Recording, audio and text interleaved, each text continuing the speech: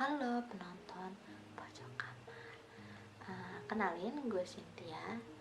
Dan kali ini di episode perdana pojok kamar, gue bakal ngebahas hal menarik banget, yaitu urban legend di Indonesia.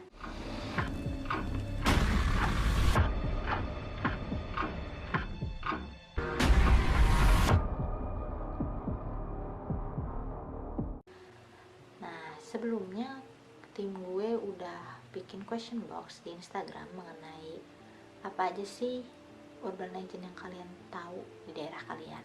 Nah, langsung kita bacain aja kali ya. Ada Aksal Syahdan, dulu ada mitos di kampung Nyencelek apa nih bacanya, gak boleh keluar maghrib nanti ada setan yang dengkulnya 5, kalau dilangkahin bisa meninggal. Sekian, terima kasih. Ya, sama-sama. Terus habis itu ada Sekau, Alas Roban. Oh ya, Alas Roban memang terkenal ya di Jawa Tengah kalau nggak salah. Oh, Faril Utami nih, hantu kepala buntung di dalam lonceng sekolah. Wah, boleh banget Kak, kalau misalnya berkenan bisa banget cerita di DM lebih lanjut, karena aku sangat penasaran kenapa dia ada di lonceng sekolah. Zahra juga, di sini juga banyak pohon. Mister Gepeng itu apa sih? Slenderman kali ya maksudnya. Oh, mungkin karena kearifan lokal di Indonesia gitu ya, namanya Mister Gepeng. Menurut aneh. Terus habis itu Dika, setan badannya rambut semua di kamar mandi SD. Setan yang kelihatan pas sleep paralysis atau ketindihan. Boleh banget nih Kak Dika ceritain juga nih, aku juga jadi penasaran. Terus ada juga dari Theo, pocong keliling. Tapi firasat gue ya, pocong keliling ini mungkin yang terbesit kepala gue itu niatnya dia baik kayaknya ya. Maksud dia menjaga kampung atau daerah sekitar, ya ala-ala Siska Mling gitu sih menurut gue. Tapi nggak tahu ya Theo, coba bisa diceritakan lagi mungkin nanti di DM. Terus dia juga ngomong ada nenek bungku, Uui juga ngomong ada genderuwo. Habis itu Stradivari, bioskop atom Kak di Citer fix. Oke deh, tunggu next video ya Stradivari. Habis itu, nah nih guys, gue scroll ke atas, ada yang menarik buat gue, itu kota Saranjana, woi, menggigil. Terus habis itu kepalanya meledak gitu. Ini kenapa dia? Kenapa? Jadi jujur kota Saranjana itu kenapa menarik buat gue itu karena nggak asing, karena gue sejak kecil tumbuh berkembang di daerah sana, bukan di Saranjana tapi ya penasaran kan di mana sih kota Saranjana itu gitu. Ya buat yang gue kasih brief kali ya. Jadi kota Saranjana itu katanya adalah kota mistis, kota gaib, yang bakal gue ceritakan lebih jelas selanjutnya. Nah, buat kalian yang penasaran, jangan lupa naikin volumenya dan jangan lupa buat cek sudut kamar kalian. Taunya ada yang nonton, tuh ikut nonton. Oke, gue akan pindah ke pojok ruangan biar dapat sensasinya. Keluar dari samping panggung ke arah lapangan. Tuh, kok sepi ya? Sepi deh.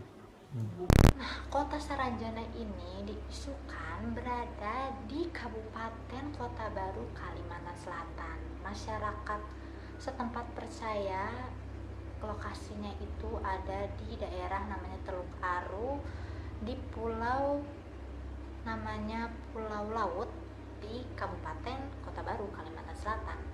Nah, berdasarkan cerita yang beredar nih, katanya kota ini itu benar-benar wilayahnya tuh sangat maju guys dibandingin Indonesia gitu. Jalannya benar-benar luas, lebar, rumah gedung itu benar-benar mega sekali, dan katanya itu kayak kerajaan. Yang pernah kesana ngomong kayak kerajaan yang benar-benar besar sekali, dan sistem pemerintahan yang mereka pakai itu adalah monarki, pemerintahan. Jadi mungkin mereka punya raja atau ratu, perdana menteri, bisa jadi. Nah, kota Saranjana ini juga punya penduduk, guys, kayak kota-kota biasa aja sih. Nah, penduduknya itu dihuni katanya ya, oleh makhluk astral. Ya namanya juga kota gaib, ya pasti yang menghuni gaib juga lah.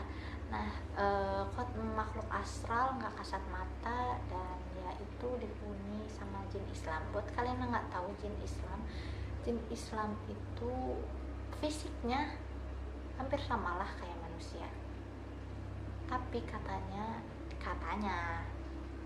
mereka tampan. Yang cowok tuh sangat tampan, gagah, yang cewek tuh cantik sekali, mulus, benar-benar tinggi, katanya tinggi, ganteng, gagah, dan benar mantap gitu. Mas cantik, mantap, badannya bagus, seperti itu. Nah, mereka juga katanya percakapan yang mereka pakai itu bahasa Banjar. Jadi kayak manusia, ya kayak manusia aja cantik ganteng pakai ngomong bahasa Banjar gitu. Nah, tapi yang membedakan kita dengan mereka adalah mereka tidak punya lipatan di antara atas mulut dan bawah hidung. Ini guys. Nah, kota ini juga karena saking megahnya kali ya guys ya, ini sempat bikin hilang beberapa orang dan wisatawan. Nah, mungkin saking takjubnya kali ya sama kotanya, karena nggak pernah ngeliat kerajaan gitu mungkin. Dan bisa jadi sih karena mereka makhluk gaib, kita bisa disesatkan untuk pulang. Jadi yang membuat penasaran, jangan main-main lo pada kalau mau kesana gitu. Kau yang mulai, kau yang harus mengakhiri. Jangan main-main. Nah, soal hilangnya ini, soal hilang wisatawan, hilang orang, itu sampai juga loh ke kuping Dinas Pariwisata Kalimantan Selatan. Coba bayangin, pihak pemerintahan, Dinas Pariwisata, dia sampai tahu. Nah, kata Ibu Ida Saptika Dewi ini, dia jadi Kabid Desti Wisata Dinas Pariwisata Kalsel, dan dia percaya bahwa ada daerah gaib di daerah Kabupaten Kota Baru tersebut. Emang sudah banyak dengar beberapa kabar orang hilang. Dia juga ngomong jujur dia belum pernah ke sana, tapi dia dapat cerita dari orang Kota Baru waktu dia visit ke Kota Baru. Ada pantangan di mana kita nggak boleh pakai baju merah sama kuning, katanya itu bisa membuat kita hilang gitu loh. Nah, sebenarnya banyak banget kisah seputar kota Saranjana ini. Ada satu kisah nih yang benar-benar udah nyebar luas banget, dan mungkin ya orang udah tahu lah cerita itu gitu. Nah, ini adalah cerita tentang pengiriman alat-alat berat tak bertuan. Nah, jadi ceritanya itu di tahun 1980-an, pemerintah Kalimantan Selatan itu, Kota Baru lebih tepatnya, datang ada kiriman gitu dari orang Jakarta, truk besar gitu, katanya kiriman dari Jakarta alat-alat berat gitu. Dan ini dan tujuannya itu adalah Kota Baru strip Saranjana gitu. Padahal Saranjana itu nggak terdaftar secara administratif di Kabupaten Kota Baru sendiri. Nah, selain itu juga ada cerita ketika ada acara di Kota Baru nih, acaranya tuh pasti rame banget. Padahal di sana itu kan mereka tuh pulau, coba kalian lihat peta deh, terpisah dari pulau besarnya Kabupaten Kota Baru coy. Dan itu benar-benar daerah, benar-benar kampung banget. Tapi anehnya kenapa setiap bikin acara di sana itu selalu ramai banget, dan orang percaya yang membuat ramai itu adalah orang-orang dari penduduk Saranjana. Nah, bahkan artis papan tanah air sendiri juga pernah loh tampil di hadapan orang-orang Saranjana. Nah, siapa sih yang gak kenal Ari Lasso dan Ada Band. Duh, benar-benar dan mereka dan Ari Lasso sendiri juga cerita loh, ini benar-benar dari mulut Ari Lassonya sendiri. Dan jadi konser tersebut itu terjadi tahun 2005. Jadi mereka tuh ngadain konser keliling ini kali ya, keliling Indonesia, dan dan itu bareng Ada Band, performernya itu ada band juga. Nah, pas Ari Lasso cerita waktu sampai di kota itu dia langsung dapat briefing yang aneh lah ya. Pertama itu manajernya nggak boleh mandi keramas, tapi katanya cuci muka boleh.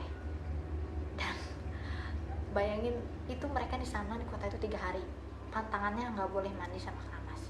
Kenapa coba? Aneh kan? Terus performer juga dikasih tahu ketika mereka sudah sampai panggung dan ngelihat para penonton melakukan gerakan yang aneh atau mukanya aneh gitu ya, nggak seperti kita biasanya, itu cuek aja, disuruh cuek. Nah, saat manggung udah saatnya manggung tuh, si Ari Lasso awalnya nggak ngerasa aneh, cuma yang dia lihat dari penonton itu, penontonnya tuh terstruktur gitu guys, maksudnya yang besar, maksudnya yang dewasa sama yang dewasa, yang kecil sama yang kecil gitu.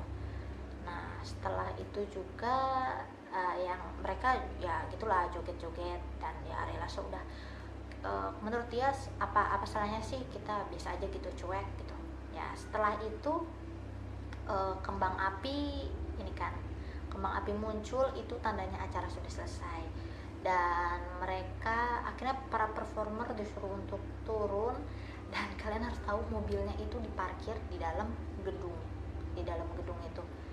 Nah, biasanya kan mobil itu kan biasanya para performer atau kru-kru kan keluar lewat pintu belakang atau pintu samping gitu. Nah, setelah keluar gedung baru mereka naik mobil. Nah, ini enggak, mobilnya itu emang ditaruh di dalam gedung, jadi seolah-olah mereka tuh disuruh buat cepet-cepet keluar gitu loh, dibanding sama penonton yang lain. Nah, selang beberapa menit gitu akhirnya mereka udah masuk mobil tuh. Selama berapa menit, 5 menit lah katanya Ari Lasso, dia ngerasa gitu kayak penonton itu ada 20 ribuan.